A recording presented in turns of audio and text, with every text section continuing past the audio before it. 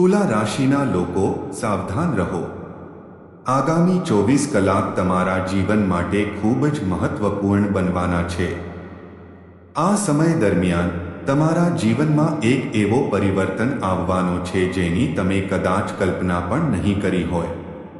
આ પરિવર્તન તમારા પરિવાર સાથે સંબંધિત હોઈ શકે છે। આ વખતે તમારી કુંડળીમાં જે ભયંકર રમત શરૂ થઈ છે તે સામાન્ય નથી। મિત્રો, તમે એવા વ્યક્તિ છો જે હંમેશા લોકોને ખુશ રાખવાનો પ્રયત્ન કરે છે, હંમેશા બધાનું ભલું કરે છે। પરંતુ આ વખતે તમારી સાથે બનનારી ઘટનાઓ તમારી પાસેથી બધું છીનવી શકે છે। જુઓ, દાદા ગુરુએ તમારી કુંડળી ખોલી છે અને તે કુંડળીમાં રાહુ હાલમાં 8મા ભાવમાં અને કેતુ 3જા ભાવમાં સ્થિત છે। તો આ વખતે શરૂ થનારું મહાન યુદ્ધ સામાન્ય નહીં હોય। મિત્રો, આ સમયને સામાન્ય માનવાની ભૂલ ન કરો, કારણ કે આ વખતે તમારા જીવનમાં પરિવર્તન સામાન્ય નથી। ટૂંકમાં મિત્રો, હું તમને આ વિડીયોમાં બધું સમજાવીશ, કારણ કે આ 24 કલાક બિલકુલ સામાન્ય નહીં હોય। મિત્રો, તમારે દરેક વાત પર ધ્યાન આપવું પડશે, પછી ભલે તે નાની વાત હોય કે મોટી, કારણ કે આ વખતે મુશ્કેલી ગમે ત્યાંથી આવી શકે છે। આપણે કંઈ કહી શકતા નથી। તો જ્યારે આગામી 24 કલાકમાં સમયનો ખેલ શરૂ થાય છે, મિત્રો, તમારે પહેલા તમારા સ્વાસ્થ્યનું ખાસ ધ્યાન રાખવું જોઈએ। જો તમને તમારા સ્વાસ્થ્યમાં સહેજ પણ ફેરફાર દેખાય તો તરત જ સારા ડૉક્ટરની સલાહ લો। સારા ડૉક્ટરને મળો, કારણ કે મેં તમને કહ્યું હતું કે મિત્રો, મુશ્કેલી ગમે ત્યાંથી આવી શકે છે। તો આ સમયે તમારા સ્વાસ્થ્યનું ખાસ ધ્યાન રાખો। જુઓ, ઘણીવાર શું થાય છે કે આપણે નાની બીમારીઓને અવગણીએ છીએ અને જ્યારે તે ગંભીર બની જાય છે ત્યારે તે આપણા માટે સમસ્યાઓ ઊભી કરે છે। આનો અર્થ એ છે કે તેમાં ઘણા પૈસા ખર્ચ થાય છે અને આપણે બીજા શહેરોની હોસ્પિટલોમાં દોડી જવું પડે છે। આ બધી સમસ્યાઓથી બચવા માટે તમારા સ્વાસ્થ્યનું ખાસ ધ્યાન રાખો। તમારી સાથે જો તમારા પરિવારમાં બીજા કોઈ લોકો હોય તો તમારે તેમના સ્વાસ્થ્યનું પણ ખાસ ધ્યાન રાખવું જોઈએ। અને મિત્રો, હું તમને કહેવા માંગુ છું કે આ સમયે તમારે તમારા સંબંધીઓને કોઈ પણ રીતે જૂઠું ન બોલવું જોઈએ। કેમ? કારણ કે જૂઠાણાના પગ નથી। એક દિવસ મિત્ર, સત્ય બહાર આવશે। અને ધ્યાનમાં રાખો કે જો તમે આજે કોઈ પણ સંબંધ ટકાવી રાખવા માટે જૂઠાણાનો આશરો લો છો તો કાલે તે સંબંધ ટકી રહેશે કે નહીં, આ કહી શકાય નહીં। કોઈ પણ સંબંધ જૂઠાણાથી ટકી રહેવો જોઈએ નહીં। તમારે આટલું યાદ રાખવું જોઈએ। મિત્રો, જો તમારા મનમાં કોઈ પણ પ્રકારનો ડર કે આશંકા હોય તો તેને દૂર કરવી ખૂબ જ મહત્વપૂર્ણ છે, કારણ કે અત્યારે તમે ખૂબ જ ખરાબ સમયમાંથી પસાર થઈ રહ્યા છો અને એવું કહેવાય છે કે જ્યારે કોઈ વ્યક્તિ ખરાબ સમયમાંથી પસાર થઈ રહ્યો હોય છે ત્યારે ઊંટ પર બેઠેલા વ્યક્તિને પણ કૂતરો કરડી જાય છે। તેવી જ રીતે મિત્રો, જો તમારી કુંડળીમાં કેટલાક ગ્રહો આવી અશાંતિ પેદા કરી રહ્યા હોય તો તમારે ખૂબ જ વિચારીને આગળ વધવું પડશે।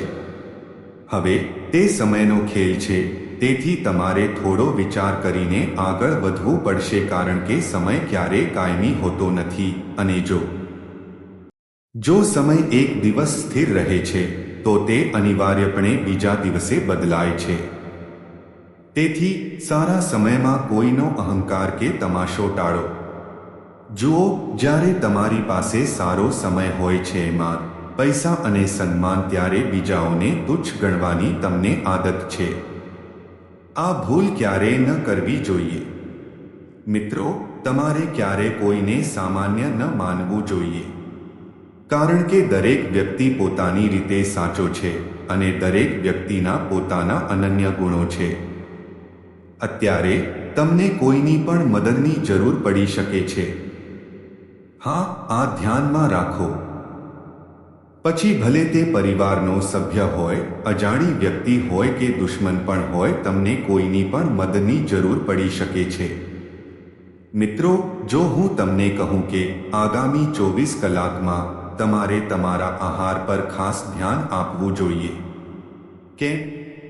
કારણ કે આજકાલ લોકો તેમના આહાર પર બિલકુલ ધ્યાન આપતા નથી. ક્યારેક તેઓ હોટલમાં ખાતા હોય છે, ક્યારેક તેઓ ફૂટપાથ પર બહાર ખાતા હોય છે, અને પછી આ બીમારીઓ તરફ દોરી જાય છે.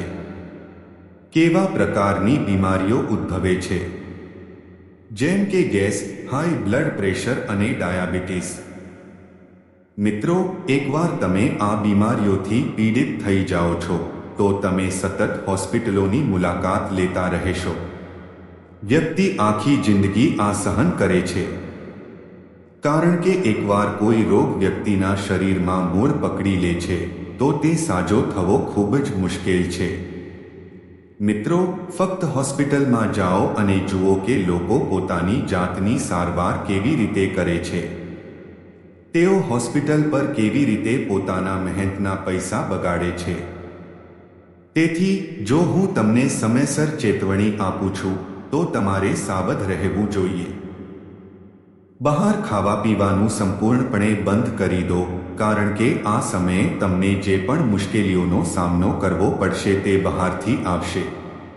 અને હું તમને કહી દઉં મિત્રો, આ સમય એવા લોકો માટે સારો સમય હશે જેમણે હજુ સુધી લગ્ન કર્યા નથી. લગ્નનો એક અદ્ભુત પ્રસ્તાવ તમારા માર્ગે આવી શકે છે.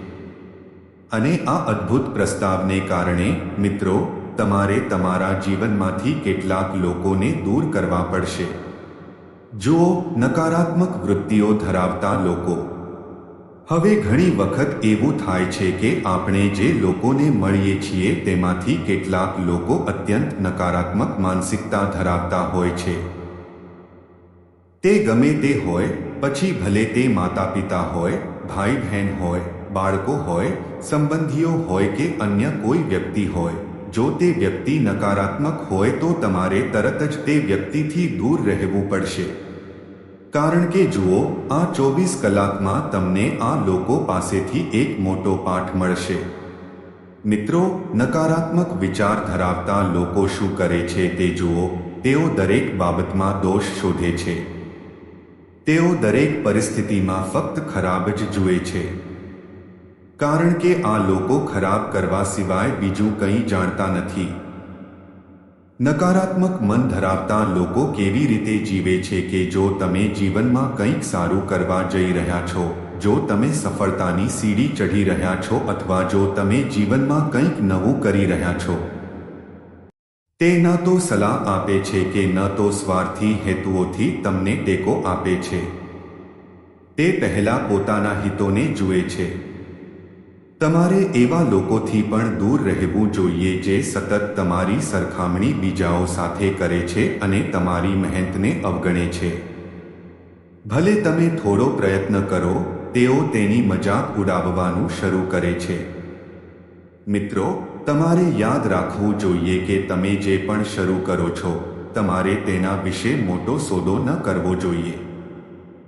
આગામી 24 કલાકમાં તમારે યાદ રાખવું જોઈએ કે ઘર છોડતા પહેલા તમારે તમારા ઘરના મંદિરમાં હાથ જોડીને પ્રાર્થના કરવી જોઈએ અથવા જો શક્ય હોય તો ધ્યાન કરવું જોઈએ અને ઘર છોડતા પહેલા તમારા દેવતા અથવા કુટુંબના દેવતાનું સ્મરણ કરવું જોઈએ. કારણ કે જો આપણે આને આદત બનાવીએ તો તે ખૂબ જ ફાયદાકારક રહેશે. પ્રાચીન સમયમાં લોકો પણ તેમના જીવનને સુધારવા માટે આ જ કામ કરતા હતા. તેઓ તેમના ઘરના ઉંબરા પર માથું નમાવતા હતા અથવા બહાર નીકળતા પહેલા દરવાજો ખટખટાવતા હતા. કેમ? કારણ કે પહેલાના સમયમાં ઘરો મંદિર હતા. આપણા પરિવારો તે ઘરોમાં રહેતા હતા. આપણા કુટુંબના દેવતાઓ અને પૂર્વજો તે ઘરમાં રહે છે. સકારાત્મક ઉર્જા ત્યાં રહે છે. તેથી આ અર્થમાં એવું પણ કહી શકાય કે ઘર મંદિરથી ઓછું નથી. કારણ કે જેમ મંદિર આપણને ખુશી આપે છે, પોતાનુંપણું અનુભવે છે અને ભગવાન મંદિરમાંથી આપણી પાસે આવે છે, તેવી જ રીતે આ બધી બાબતો આપણા ઘરો અને પરિવારોમાં પહેલાથી જ સ્થાપિત છે. જુઓ, ઘણા શાસ્ત્રો કહે છે કે ભગવાનને ખુશ કરતા પહેલા તમારા માતાપિતાને ખુશ કરો અથવા તેમને ખુશ રાખો. જો તેઓ ખુશ હોય તો ભગવાન પોતે ખુશ થશે. અને હું તમને કહેવા માંગુ છું, મિત્રો, જો તમારા વૃદ્ધ માતાપિતા હોય તો તમારે તેમના સ્વાસ્થ્યનું ખાસ ધ્યાન રાખવાની સલાહ આપવામાં આવે છે. તેમના સ્વાસ્થ્યમાં નોંધપાત્ર વધઘટ થઈ શકે છે. તમારે તેમને તાત્કાલિક હોસ્પિટલ લઈ જવું પડી શકે છે. ભલે તમારી પાસે દિવસ દરમિયાન થોડો સમય હોય અને ડૉક્ટર પાસે જવાનું મન થાય તો તરત જ તેમને લઈ જાઓ, કારણ કે આજના સમયમાં, મિત્રો, કોઈ ગેરંટી નથી. જીવન તમને ક્યારે અને ક્યાં છોડી શકે છે, તમે ક્યારેય કંઈ કહી શકતા નથી. તેથી સારા ડૉક્ટરની સલાહ લો અને તરત જ સારવાર શરૂ કરો. અને જો તમારું બાળક અભ્યાસમાં નબળું છે તો તે સમય સાથે સુધરશે. તમારે કોઈના પર કોઈ પણ બાબતમાં કોઈ પણ પ્રકારનું દબાણ ન કરવું જોઈએ, કારણ કે દબાણ ઘણીવાર લોકોને રડાવે છે અને દુઃખ પહોંચાડે છે. આજે કલ્પના કરો કે તમે કોઈ બાબતમાં સારા નથી. કોઈ તમને વારંવાર તે ક્ષેત્રમાં શ્રેષ્ઠ બનવા માટે દબાણ કરી રહ્યું છે. જો તેઓ તમને પરેશાન કરતા હોય તો તમારી માનસિક સ્થિતિ શું હશે? તમે ચીડિયા થઈ જશો, તમે ગુસ્સે થઈ જશો. તો મિત્રો, યાદ રાખો કે કોઈના પર વધારે દબાણ ન કરો.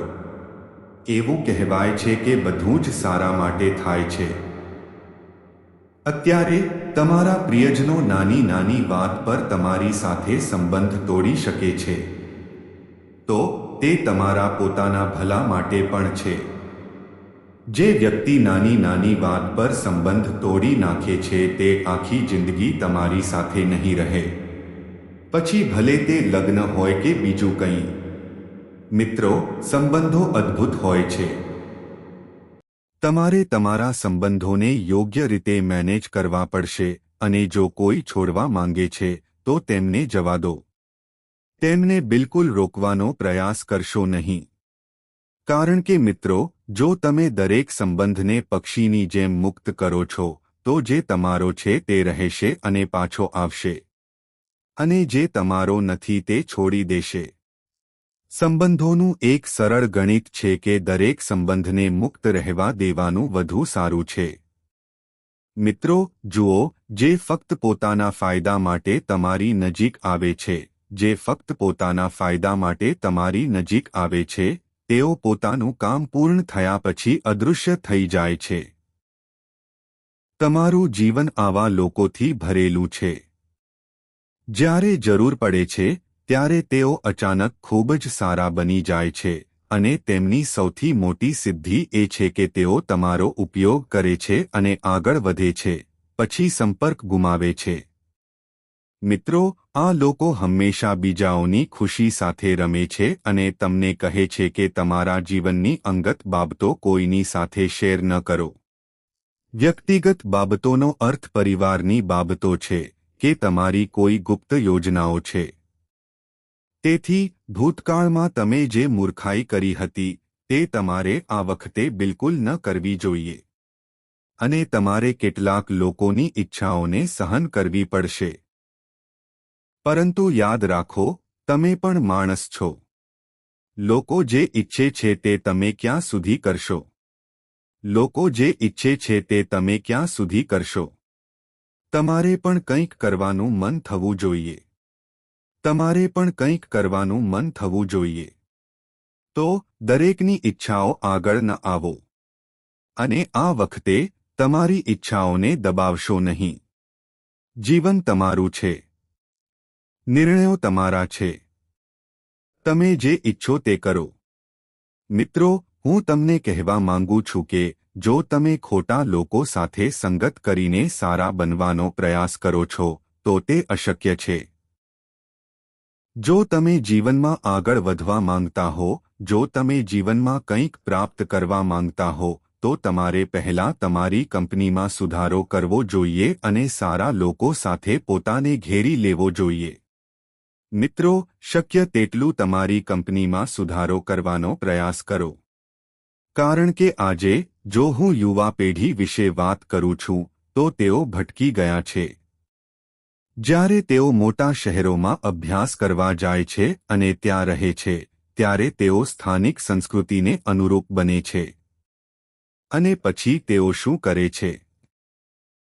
તેઓ ફક્ત પૈસા જ બગાડતા નથી, પરંતુ તેઓ તેમના શરીરને પણ બગાડે છે અને ખોટી બાબતોમાં સામેલ થઈ જાય છે. લોકો ડ્રગ્સ જેવા વ્યસનકારક પદાર્થોનું સેવન કરવાનું શરૂ કરે છે. શા માટે?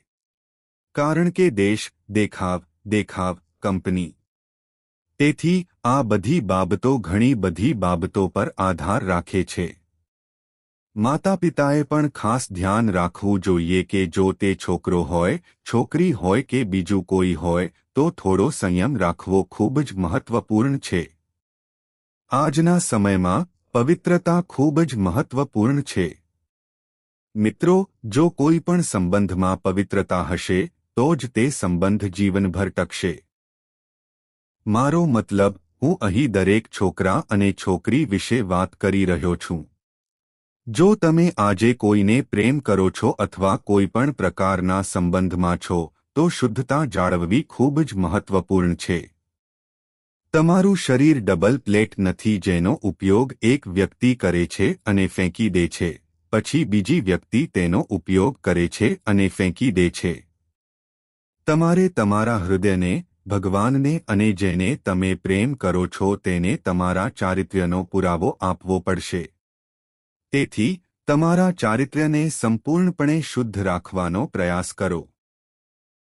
અને હું તમને કહી દઉં કે આજના સમયમાં વફાદારી ખૂબ જ મહત્વપૂર્ણ બની ગઈ છે.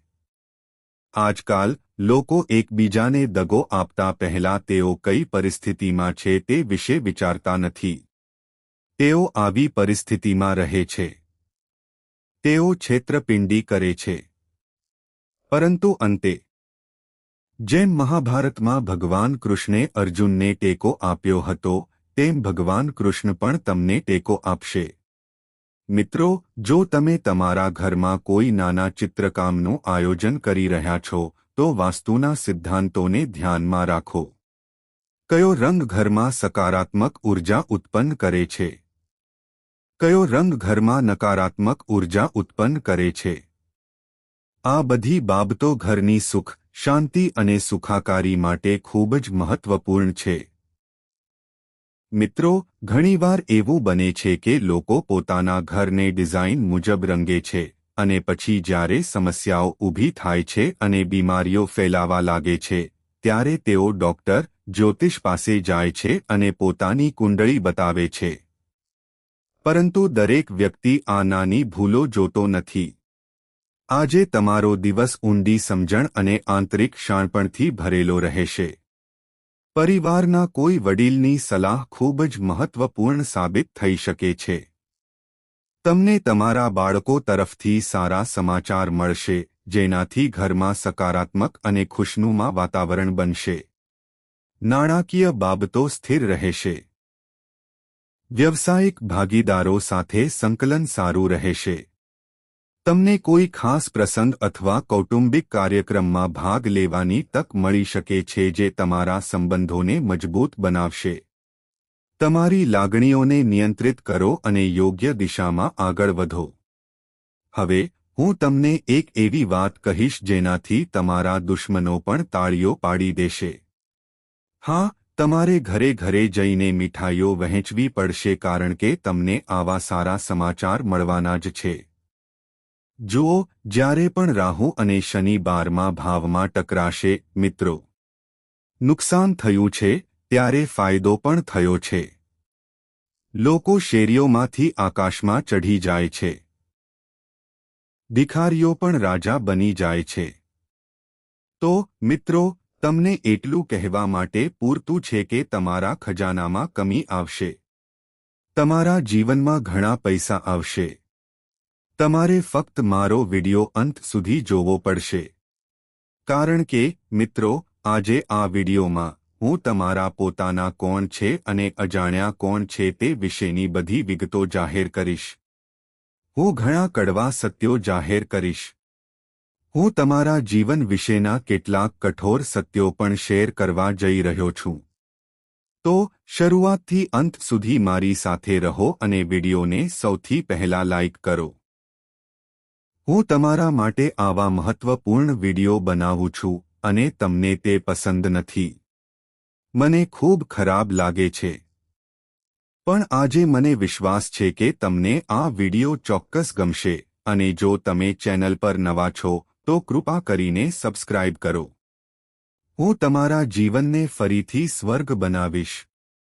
તો જય શનિદેવ કહો મિત્રો. અને જે કોઈ 3 વખત શનિદેવ લખશે તેને આગામી 24 કલાકમાં 3 મહાન આશીર્વાદ મળશે.